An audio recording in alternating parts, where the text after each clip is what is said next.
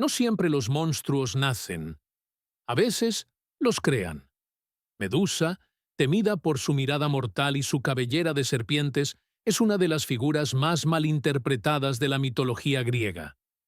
Pero detrás de sus ojos de piedra no se esconde maldad, sino una historia de traición, poder y castigo injusto.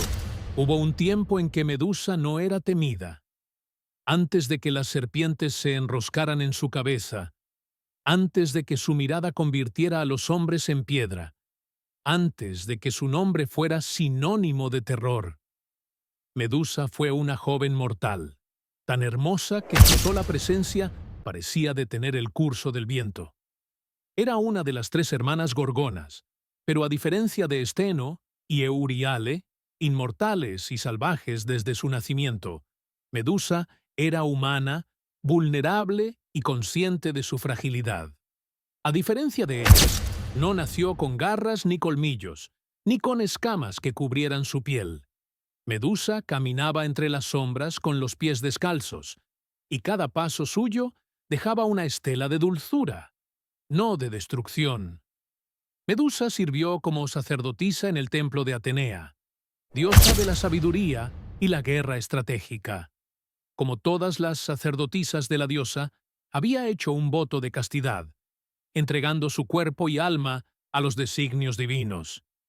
Y aunque el mármol frío del templo no podía sentirla, era como si la belleza de Medusa iluminara los salones sagrados con cada uno de sus rezos. Su cabello era largo, rizado y dorado como el trigo recién cosechado. Se decía que incluso las olas del mar sentían celos de su movimiento. Sus ojos eran profundos, del color de las aguas cristalinas, y cuando se detenían sobre alguien, podían calmar hasta el alma más tormentosa. Su piel era clara y suave, como si estuviera esculpida por los propios dioses en mármol blanco. A su paso, los hombres callaban, y los dioses la observaban. Uno de ellos fue Poseidón, el señor de los océanos, poderoso y caprichoso. Al verla, no pensó en su santidad ni en su voto de castidad. La deseó como el mar desea la orilla, con furia, con insistencia, sin respeto. Y en la oscuridad del templo de Atenea, donde el eco de los rezos aún flotaba en el aire, la belleza de Medusa fue profanada. Ella luchó, lloró, suplicó. Pero los dioses no escuchan súplicas de mortales cuando el deseo los consume. El acto fue brutal, no solo por lo físico, sino por lo sagrado. Fue un ultraje doble, contra una mujer y contra una diosa. Sin embargo, cuando Atenea descubrió lo ocurrido, su ira no cayó sobre el violador. En un gesto frío, calculado, divino, que aún los mitólogos no logran justificar del todo, la diosa castigó a Medusa. Tal vez fue por orgullo herido, por ver mancillado su templo. Tal vez fue por no querer admitir que, incluso en su sagrado dominio, la voluntad de otro dios había sido más fuerte. Sea como sea, Atenea, la protectora de las mujeres sabias y guerreras, transformó a Medusa en lo que hoy el mundo llama monstruo. Su cabello dorado se retorció, convirtiéndose en un nido de serpientes vivas. Sus hermosos ojos, que antes inspiraban calma, fueron malditos con un poder terrible: convertir en piedra a quien se atreviera a mirarlos directamente. Su piel, antaño cálida y clara, adquirió un tono verdoso, áspero como la roca. Sus labios, que antes rezaban a los dioses, solo pronunciaban silencios entrecortados por sollozos. Expulsada del mundo de los hombres, Medusa huyó al borde del mundo conocido, a una isla rocosa, solitaria y maldita. Ahí, entre cuevas y nieblas, habitó con su dolor, mientras los ecos de su historia se desfiguraban. Los poetas comenzaron a llamarla monstruo. Los héroes la nombraban como prueba. Los reyes enviaban hombres a matarla, a demostrar su valentía al enfrentarse a la Gorgona, como si con ello pudieran borrar la injusticia original. Pero Medusa no buscaba venganza. Solo deseaba que la dejaran sola. Y sin embargo, ninguno entendió su silencio, porque el mundo no está acostumbrado a ver a las víctimas como tales. No si su rostro ya no es bello, no si su poder aterra. Y así fue como la injusticia se disfrazó de mito. Y Medusa fue olvidada como lo que realmente fue, una joven inocente que, en lugar de recibir consuelo, fue condenada a una vida de exilio y odio. En las noches, bajo la luz pálida de la luna, Medusa se asomaba desde su guarida hacia el mar. Las olas no respondían. Las estrellas no caían. Nadie, absolutamente nadie, la recordaba como era. Solo las serpientes en su cabeza siseaban con fuerza, como si gritaran la verdad que los hombres habían enterrado con mentiras. A partir del día en que su cuerpo fue profanado y su alma fue maldita, Medusa ya no fue llamada por su nombre con ternura. Lo que alguna vez fue símbolo de pureza y devoción, se convirtió, en los ojos de los demás, en una advertencia. Pero no fue Medusa quien cambió por elección. Fue el mundo quien la traicionó. Cuando la maldición de Atenea cayó sobre ella, no fue solo una transformación física. Fue una sentencia a la soledad, a la incomprensión, al miedo eterno. Sus cabellos, antes dorados como los rayos del sol al amanecer, se retorcieron como hilos de oscuridad, convirtiéndose en serpientes vivas, de ojos brillantes y lenguas vibrantes. Estas criaturas no le obedecían del todo, pero tampoco la atacaban. Eran como ella, parte de una existencia que no pidieron, parte de una venganza que no comprendían. Al principio, Medusa lloraba cada noche, acariciando, o intentando acariciar, su cabello, como si aún fuera humano. Las serpientes chillaban, se movían, la confundían. Pero con el paso del tiempo, comenzaron a calmarse. Incluso parecían consolarla cuando sollozaba en la oscuridad. Poco a poco, aquellas serpientes se convirtieron en sus únicas compañeras, en una familia extraña y dolorosa. El mundo exterior se volvió un lugar peligroso para ella, no porque lo temiera, sino porque el mundo la temía a ella. Un día, mientras caminaba por un campo en busca de agua, un joven pastor se cruzó con ella. Medusa no quería asustarlo. Quiso cubrirse el rostro con su manto, pero no fue suficiente. Sus ojos se cruzaron por un instante, solo un segundo, y el joven se convirtió en piedra. Su expresión quedó congelada para siempre en un grito de sorpresa. Medusa corrió hacia él, quiso despertarlo, tocar su rostro, pero solo sintió la frialdad de la roca. Fue entonces que comprendió la gravedad de su condena. Ni siquiera podría mirar a otro ser sin destruirlo. Su mirada, antes dulce y acogedora, ahora era un arma. Aterrada, se alejó de todo. Caminó durante días enteros hasta llegar a una isla remota, alejada de todo lo conocido. La tierra era árida, las piedras afiladas, y el cielo parecía eternamente gris. Pero allí, al menos, podía estar sola. Allí, su mirada no lastimaba a nadie.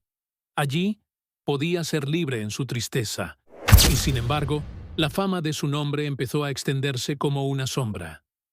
Los rumores no hablaban de una joven maldita, sino de un monstruo cruel que devoraba hombres y convertía en piedra a quien se atreviera a acercarse. El relato fue tergiversado, desfigurado, vuelto leyenda. Medusa se convirtió en un trofeo para los héroes. Los barcos comenzaron a llegar, uno tras otro, jóvenes valientes o tontos que buscaban gloria. Cada uno de ellos, ignorando la verdad, cruzaba el umbral de su isla convencido de que matarla sería una hazaña honorable. Ella no los buscaba, solo se defendía. A veces ni siquiera quería mirar, pero lo hacía por instinto, por miedo, por reflejo. Y cada vez que otro cuerpo se convertía en piedra, otro pedazo de Medusa se rompía por dentro. Caminaba entre las estatuas con dolor. Algunas aún conservaban expresiones de arrogancia, otros de terror. Pero había algunos que parecían confundidos, incluso compasivos. Tal vez habían dudado. Tal vez, en el último segundo, vieron algo en sus ojos que no coincidía con la historia que les contaron. Pero ya era tarde. Así fue pasando el tiempo, uno tras otro. Medusa no envejecía. Su belleza seguía siendo la misma, pero distorsionada por la maldición que la envolvía. Su piel adquirió un tono más pálido. Sus ojos se volvieron más profundos, tristes, cargados de una sabiduría oscura. Sus manos temblaban no de debilidad, sino de contención. No quería seguir destruyendo, pero no tenía otra opción. En lo más profundo de su cueva, Medusa comenzó a esculpir su propia historia en las paredes con piedras afiladas. No palabras, no símbolos, solo imágenes.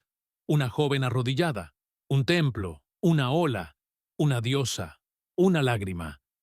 Era su manera de recordar quién fue antes del castigo.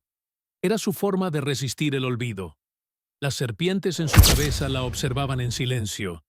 Algunas se enroscaban entre sí, otras susurraban entre chillidos. Medusa ya no les temía. Las conocía como conocía sus propias cicatrices. A veces, en los momentos más solitarios, les hablaba. Les contaba su historia. Les decía que no era un monstruo, que todo eso era mentira. Pero el mundo no quería escuchar. El viento soplaba con fuerza sobre la isla de Medusa. El mar chocaba contra las rocas con furia, como si quisiera advertir al próximo visitante de que allí habitaba algo más antiguo que el miedo. Medusa, en su cueva de piedra y silencio, sentía que algo se aproximaba. No era un héroe común. Esta vez, algo era diferente. A lo lejos, un joven de mirada decidida se acercaba con paso firme. Su nombre era Perseo, y su viaje había sido impulsado por una misión impuesta: traer la cabeza de Medusa como prueba de valentía, como una solución a un problema que ni siquiera era suyo. La historia que le contaron hablaba de un monstruo salvaje, de una bestia sin alma que debía ser detenida. Pero antes de emprender su misión, Perseo fue favorecido por los dioses. Atenea, la misma que maldijo a Medusa, le entregó un escudo bruñido, como espejo. Hermes le dio unas sandalias aladas para volar. Hades le prestó un casco que lo hacía invisible. Todos querían que él triunfara. Todos conspiraban para que el rostro de Medusa ya no respirara. ¿Pero acaso alguno de ellos pensó en quién era realmente esa criatura? ¿Acaso alguno de esos dioses se preguntó si la justicia era lo que perseguían, o solo conveniencia? Perseo llegó a la isla volando. Desde el cielo no vio ciudades, ni templos, ni guardias, solo estatuas, decenas de cuerpos de piedra, quietos, en posiciones que hablaban por sí solas, hombres que habían llegado creyéndose invencibles, y se quedaron allí, eternamente sorprendidos.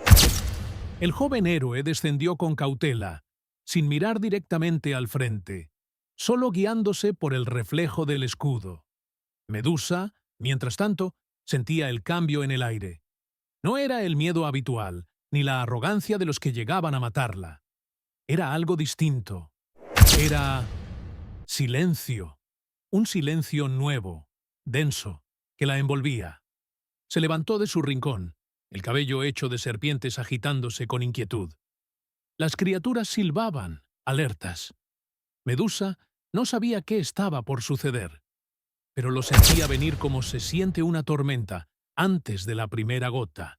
Y entonces, Perseo entró. No la miró directamente. Se movía con precisión, con calma, con entrenamiento. No como un guerrero ciego por la furia, sino como un instrumento ejecutando una misión. Medusa intentó hablar, pero hacía tanto que no hablaba con otro ser humano que su voz se rompió antes de salir. Solo pudo dar un paso, solo uno. Fue suficiente.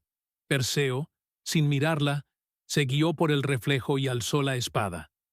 Medusa no gritó, no suplicó, solo cerró los ojos, como si entendiera que nada que dijera podría cambiar lo que ya estaba escrito por otros. Su historia no le pertenecía, y así, en un instante, su cuerpo cayó al suelo. Sus serpientes se retorcieron, y luego quedaron inmóviles. Su rostro, aún con los ojos cerrados, fue congelado para siempre por el filo del héroe. Perseo, con delicadeza casi sagrada, colocó su cabeza en un saco especial, evitando mirarla incluso después de muerta. Sabía que su poder persistía. Sabía que sus ojos seguían siendo letales. Lo que no sabía era todo lo demás. No sabía que había matado a alguien que nunca quiso ser un monstruo. No sabía que los susurros del viento, mientras huía de la isla, eran ecos de una historia jamás contada. No sabía que el verdadero monstruo no yacía muerto en esa isla, sino que habitaba en la injusticia de los mitos. Medusa murió, sí, pero su historia no terminó ahí. De su sangre nacieron dos seres, Pegaso, el caballo alado, y Crisaor, el guerrero de oro. Ambos surgieron del lugar donde cayó su cuerpo, como si el universo quisiera equilibrar la injusticia con un poco de belleza, como si la vida misma dijera, de la tragedia también puede nacer la esperanza. Perseo voló con su trofeo, celebrando su victoria. Los reyes lo aclamaron. El pueblo lo admiró. Pero nadie preguntó por ella. Nadie quiso saber quién fue Medusa antes del mito. Y así, el nombre de Medusa fue recordado como símbolo de terror. Pero no por quienes conocían su verdad, sino por quienes contaron la historia desde el otro lado. La cabeza de Medusa ya no pensaba, no lloraba, no hablaba. Pero su poder permanecía. Sus ojos, aún cerrados, conservaban el don, o la maldición, de convertir en piedra a quien los mirara. Era como si su alma no pudiera irse en paz, como si su historia estuviera condenada a vivir atrapada en su mirada. Perseo, el joven héroe, portaba ese rostro como un trofeo y como un arma. No lo hacía con crueldad, sino por ignorancia. Para él era una herramienta, un símbolo de victoria. Lo colgó de su escudo, como Atenea le había instruido, y lo usó para defenderse de enemigos durante su regreso. Cada vez que el rostro era mostrado, el poder se desataba con brutalidad. Guerreros, bestias, enemigos, todos quedaban congelados en piedra. Y sin embargo, nadie se preguntaba si ese castigo era justo. Nadie pensaba que aquella mirada era el eco de un alma ultrajada, una mujer que había sido usada una y otra vez, primero como víctima, luego como monstruo y ahora como arma. Cuando Perseo regresó triunfante, la cabeza fue entregada a Atenea. La diosa, con su armadura reluciente y su lanza en alto, la tomó sin titubear. Era parte del plan, parte del legado, parte del relato que se contaría durante siglos. Atenea, fría como la estrategia y firme como el mármol, incrustó el rostro de Medusa en el centro de su égida, su escudo sagrado. Así nació el Gorgoneion, una de las imágenes más temidas y veneradas de la antigüedad. Ya no era Medusa, era un símbolo. Pero, ¿símbolo de qué? De terror, decían algunos. De protección, decían otros. De poder absoluto. Su imagen fue reproducida en templos, armas, esculturas. No como homenaje a su historia, sino como advertencia. No te acerques. Aquí habita el poder de la destrucción. Así, el rostro que un día lloró en un templo fue convertido en una amenaza tallada en piedra. Atenea llevaba ese escudo en cada batalla, y aunque algunos decían que lo hacía por estrategia, otros susurraban que había algo más, que había culpa, que había una memoria enterrada tras esa mirada congelada. Porque Atenea, diosa de la sabiduría, sabía la verdad. Sabía quién había sido Medusa antes del castigo. Sabía que la había maldecido por haber sido víctima. pero no podía revertir el mito. Solo podía usarlo. El rostro de Medusa, entonces, trascendió. Se convirtió en arte, en protección, en temor, en ícono. En Roma, los soldados llevaban amuletos con su imagen para espantar al mal. En Grecia, la tallaban en puertas y escudos. En culturas posteriores, su rostro fue reinterpretado 1000 veces, como símbolo de fuerza femenina, de venganza divina, de advertencia silenciosa. Y sin embargo, casi nadie recordaba su historia real. El mundo miraba su cara, pero no veía su verdad. Y ahí está lo más triste. Medusa fue convertida en un símbolo para los demás, pero nunca pudo contar su versión. Su voz fue silenciada desde el inicio. La tragedia que vivió fue transformada en leyenda, y la leyenda en arma. El sufrimiento fue decorado con laureles y mármol, pero nunca fue sanado. Sin embargo, el mito no termina ahí. Con el paso del tiempo, algo empezó a cambiar. Nuevas generaciones comenzaron a cuestionar, a mirar más allá de los relatos heroicos, a preguntarse por qué una mujer fue castigada por lo que no eligió. A ver en Medusa no a un monstruo, sino a una víctima, una guerrera, una figura poderosa que merecía algo más que un final congelado. Y entonces Medusa comenzó a despertar en los corazones de los artistas, de los pensadores, de las voces que no aceptaban las versiones oficiales. Su imagen empezó a tomar otro sentido, ya no como amenaza, sino como símbolo de resistencia. Ya no como castigo, sino como espejo de una realidad injusta. Hoy, en el arte, en la literatura, en la cultura popular, Medusa vive. Vive en quienes ven en su historia un grito silenciado que merece justicia. Vive en quienes entienden que el verdadero monstruo no fue ella, sino quienes usaron su dolor como excusa para la gloria de otros. La cabeza de Medusa, petrificada, se convirtió en eternidad, pero su espíritu, al fin, empieza a moverse de nuevo, no como piedra, no como arma, sino como memoria. Durante siglos, el mito de Medusa fue contado siempre desde el mismo ángulo, como la historia de un monstruo vencido por un héroe. Su rostro, congelado en una mueca de furia, fue usado para infundir miedo, proteger templos, adornar escudos y asustar a los enemigos. Era una advertencia. No te atrevas. Pero nadie preguntaba por qué Medusa estaba furiosa. Nadie cuestionaba por qué su poder existía en primer lugar. Y entonces, algo cambió. Las historias que antes se escuchaban en voz baja comenzaron a hablar más fuerte. En museos, libros y películas, la figura de Medusa dejó de ser solo una criatura mitológica. Empezó a ser reconocida como una mujer víctima de una injusticia. Una joven que no eligió su destino, pero lo enfrentó con la fuerza de quien no se rinde ni siquiera al ser convertida en una herramienta. La cultura moderna empezó a devolverle algo que había perdido hacía milenios: su humanidad. Ahora, cuando muchos ven el rostro de Medusa, no ven solo una amenaza. Ven a una mujer poderosa, una figura trágica, sí, pero también valiente.